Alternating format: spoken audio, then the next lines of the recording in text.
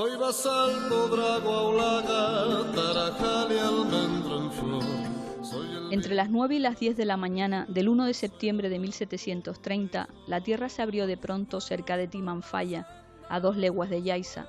En la primera noche, una enorme montaña se elevó del seno de la tierra y del ápice se escapaban llamas que continuaron ardiendo durante 19 días. Así relata el párroco Andrés Lorenzo Curvelo el comienzo de las erupciones volcánicas que sepultaron una gran parte de Lanzarote, una superficie similar a la isla del Hierro. Los habitantes de este territorio tuvieron que enfrentarse a la fuerza de la naturaleza y a los años de sequía que se sucedían como un mal agónico. Muchos emigraron, incapaces de soportar la dureza de esta isla quemada y seca. Otros muchos se quedaron, como Francisco de León, uno de los hombres que hizo posible el milagro de la Jeria. De San Bartolomé a la Jeria caminando pues a las 4 de la madrugada, amanecer allí en la Jeria antes que saliera el sol para pegar a trabajar y aguardaba que se pusiera el sol para volver para casa. Para hacer el hoyo, llegamos de arriba, tirar arena para afuera, tirando arena, hasta que llegamos a la madre, decimos nosotros, la tierra firme, para plantar la parra abajo en el hoyo, en la madre, y después la enterrábamos un poco, pero el hoyo quedaba todo descubierto.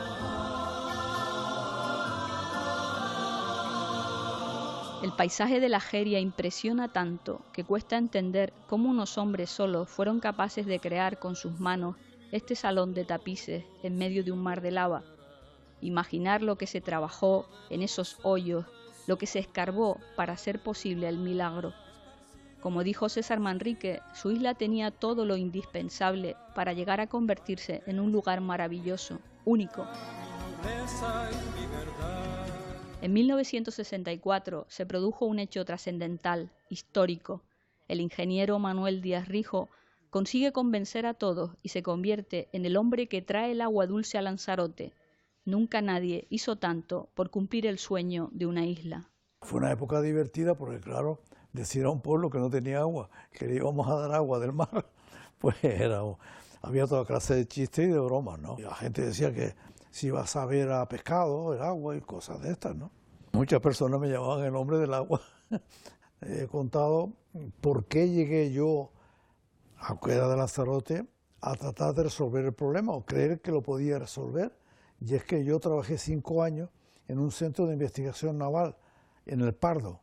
Detrás del Palacio del Pardo está lo que se llama el Canal de Experiencias Hidrodinámicas, y allí trabajé yo mis primeros 5 años de profesión, cuando acabé la carrera.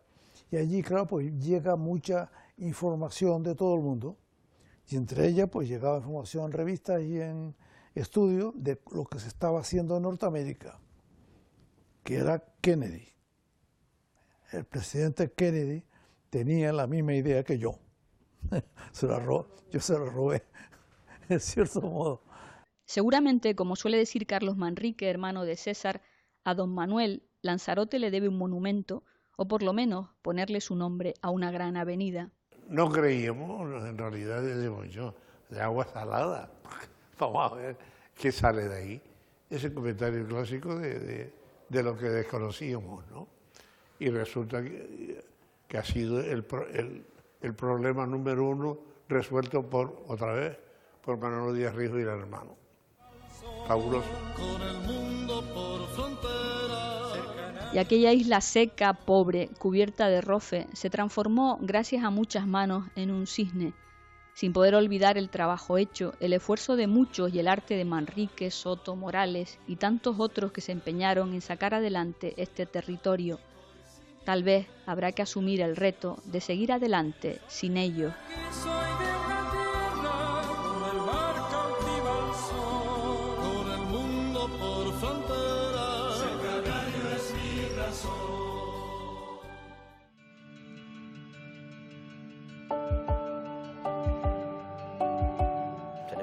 Isla que es maravillosa, tenemos unos centros turísticos de cultura, arte y turismo que no le hemos dado, creo, en los últimos años el peso suficiente en materia cultural, Y no solamente los centros turísticos, ¿no? La isla creo que tiene muchos espacios, como por ejemplo la Jeria, en el cual se pueda disfrutar de cultura. Y creo que está viendo ese resurgir otra vez, hay mucho talento local, tanto aquí en Lanzarote como fuera, que quiere seguir trabajando o demostrando su buen hacer, culturalmente hablando, tanto en la isla, que la ha visto nacer o que está viviendo aquí. No hace falta que haya nacido en Lanzarote, sino que también resida en la isla, respetando la filosofía y el respeto al medio ambiente, pero adaptándolo a la nueva situación. La nueva situación en los años 60 era una historia, ahora estamos en el 2016, hay otra realidad.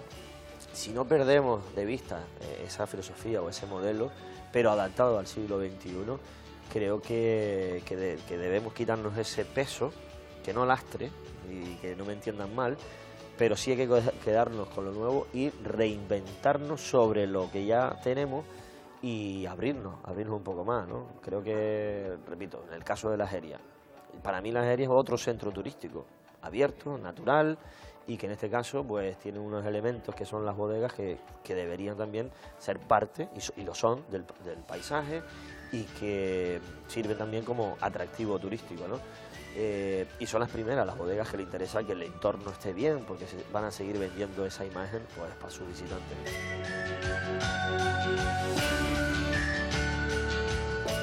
Pedro Sanginés recuerda que no siempre cualquier tiempo pasado fue mejor. No creo que tiempos pasados fueran mejores, siendo cierto que hubo una suerte de intereses que entendieron en ese momento a la idea de un artista que tuvo el respaldo de la administración para lo que no fue visto por todos como una feliz iniciativa en unos inicios. Quizás esta historia no se sepa demasiado, pero no todo el mundo vio con buenos ojos la apuesta que en su día se hizo por lo que hoy singulariza esta isla como destino, que es la red de centros de arte, cultura y turismo. Ni César Manrique fue del todo comprendido, ni Pepín Ramírez. Había muchas necesidades en la isla de Lanzarote, cuando parecía un disparate y una locura para muchísima gente que se invirtiese en lo que hoy es la obra espacial más importante de César, del mismo modo en que Díaz Rijo no tuvo el respaldo de las administraciones, sino más bien justo todo lo contrario.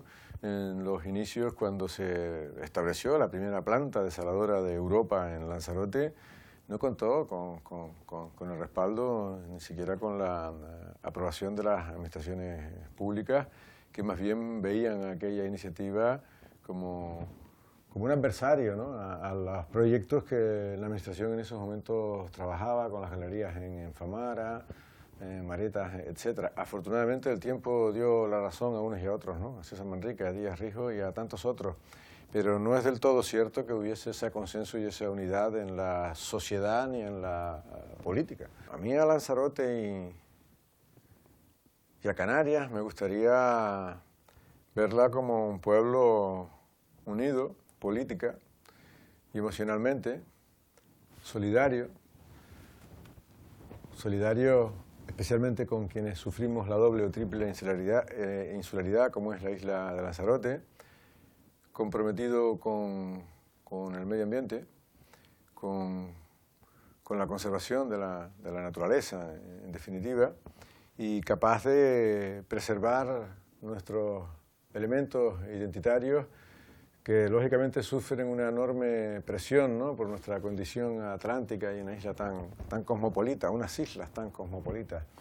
Pero yo creo que a pesar de algunos errores que hemos cometido, Lanzarote afortunadamente se encuentra en términos relativos extraordinariamente conservada, y ahora los retos son profundizar en esa estrategia, la reserva de la biosfera Lanzarote 2020, para que las renovables tengan cada vez una mayor penetración, las energías renovables me refiero, y que nos desarrollemos en clave de sostenibilidad con proyectos tangibles, como muchos de los que ya están en curso y algunos de los que espero que en los próximos años seamos capaces de encauzar, y que no sea la ponzoña política la que domina el debate social, como desgraciadamente creo que viene ocurriendo en los últimos años, ¿no? pero a pesar de eso Lanzarote yo creo que sigue avanzando para bien, y son muchas las asignaturas pendientes que estamos superando. Bien, es verdad que muchas las que nos quedan aún por aprobar.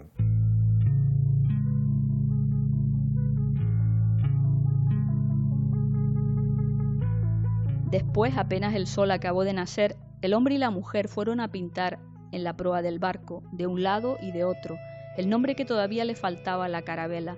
Hacia la hora del mediodía, con la marea, la isla desconocida se hizo por fin a la mar, a la búsqueda de sí misma. Muchos lanzaroteños han hecho caso a este final del cuento de José Saramago y se han marchado fuera, demostrando su enorme valía y todo lo que pueden aportar a su tierra. La lista es interminable, desde Ovidio Cordero a Dailo Allí, en su nuevo destino, en México. Nos juntamos todos, hacemos una piñita para recordar nuestras raíces también, de dónde venimos, y para pasar un buen rato entendiéndonos, gente que nos pueda entender, porque aquí muchas veces tengo que hablar despacito porque si no, no me entiende. Luego llego a Lanzarote y me dicen, estás muy fina hablando. Digo, no, es que en Madrid hay que hablar un poco más despacio, vocalizar un poquito más porque si no, no te entienden. Yo siempre digo que, siempre recuerdo aquella frase que decía Hemingway, que casa es donde te esperan, ¿no? Y es verdad que yo siempre digo que a Lanzarote nunca voy, a la gente, a mis amigos, esté donde esté, siempre digo, bueno, vuelvo a Lanzarote, ¿no? A Lanzarote siempre se vuelve, nunca se va. Y porque es casa, porque bueno, al final es tu familia, es el lugar en el que creciste, es tu referencia, es tu idiosincrasia, y bueno, y es el lugar que uno sí que siente como muy suyo, ¿no? Para bien y para mal. Quiero decir, tampoco soy de esos que...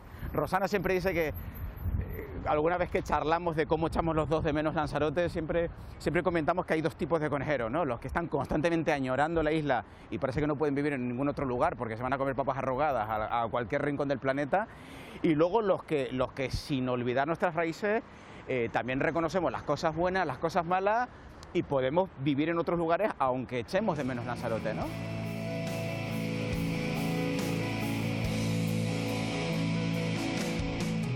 El historiador Mario Ferrer hace un balance certero de la sociedad lanzaroteña de los años 60 y 70, de ese mundo de campesinos, de hombres de la mar, de políticos que unen sus fuerzas y aceptan, pensando solo en la isla, en su bienestar, darle un empujón definitivo a una nueva realidad, a una nueva forma de crecer. Turismo, paisaje y cultura diseñan un nuevo perfil. El futuro estaba ahí.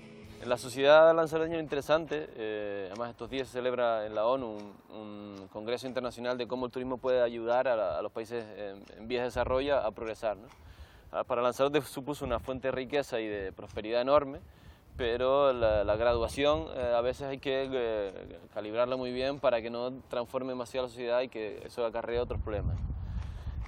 ¿Cuál es puede ser la propuesta de futuro?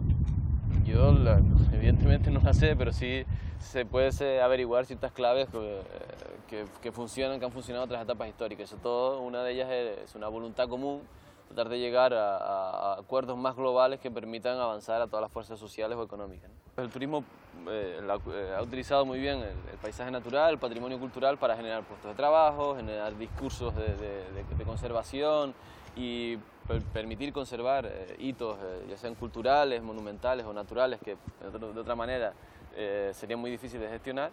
Pero luego tiene ese lado un poco más complicado, y es que, o más tenebroso, vincular, cuando solo se vincula el turismo, la cultura al turismo. Para que esa oferta cultural tenga sentido, tiene que tener una vinculación con la población local, fuerte, y que la población local la sienta como suya y que participe en eso, ¿no? En ese sentido también los centros de arte, cultura y turismo fueron un modelo muy pionero, que de hecho pues, se ha tratado de imitar en los 90 y más adelante en España, convertirlos como espacios que tengan una vinculación social, incluso de festejos, de actividades culturales. Y el otro sentido que es muy interesante, el turismo y la cultura, es en el sentido educativo. Si consigues que la población aprenda y los turistas transmitirle una serie de valores democráticos y relacionados con la cultura actual, pues es un paso enorme para esa vinculación y hacerlo más fuerte. En cualquier caso, yo en este campo sí hago una lectura muy positiva. Es decir, tenemos una fuente de recursos, que es el turismo, que nos puede hacer nos puede dar esa ayuda que igual no tenemos por población, porque somos una isla pequeña, para desarrollar actividades educativas y culturales de altísimo nivel, ¿no? Entonces hay que aprovecharlo y verlo desde esa mirada más global. En este camino que 8 islas pequeñas y frágiles deben hacer tratando de buscar su propia identidad, hay elementos que nos unen en una especie de hilo de Ariadna. La música es tal vez una de las manifestaciones que más nos definen. En general la música es un vehículo fundamental para cualquier pueblo, ¿no? Esta mañana leí un artículo hablando de Cabo Verde y cómo la música había puesto en el mapa a ese pequeño país, ¿no? A través de Cesárea Évora y la morna y esos géneros maravillosos que los representan, ¿no? Es decir, que es un vehículo importantísimo. Primero para que los habitantes de una comunidad, en este caso Canarias, se sientan como tales. Por supuesto que hay otras cosas, como la forma de hablar y otras muchas cosas, pero la música es un pegamento universal y un catalizador de tantas cosas que primero nos hace sentirnos a nosotros mismos parte de una comunidad y luego nos representa afuera y es un lenguaje que catapulta y es capaz de hacer de reflejo y de portavoz de lo que somos.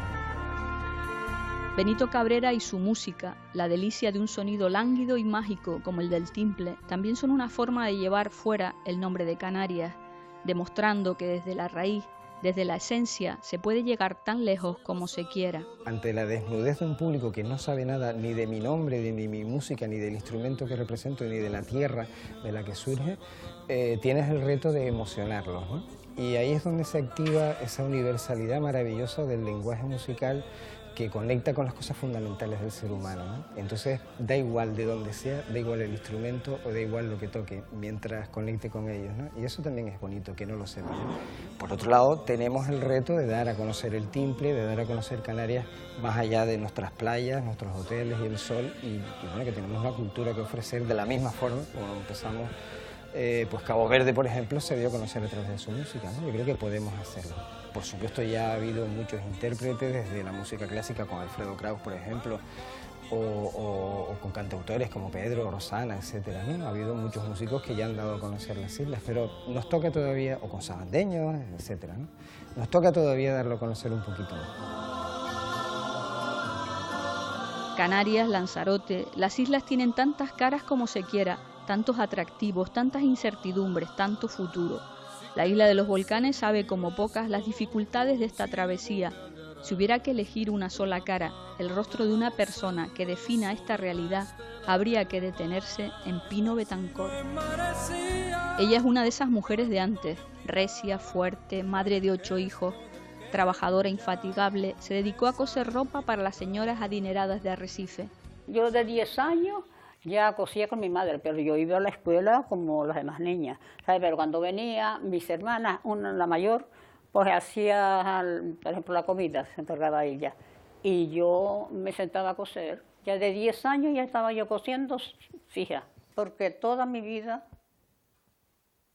tuve la pena de no tener una muñeca, ¿sabes? Hacía cositas trabajaba cositas de animales, ¿sabes? Los hacía, pero después muñecas no, como no me salía la cabeza como yo quería, no, nada, hacía un envoltorio y le ponía un trajito encima cuando era chica, pero ya de mayor, pues ya no nada, ya tuve que olvidarme de esos trozos de trapo.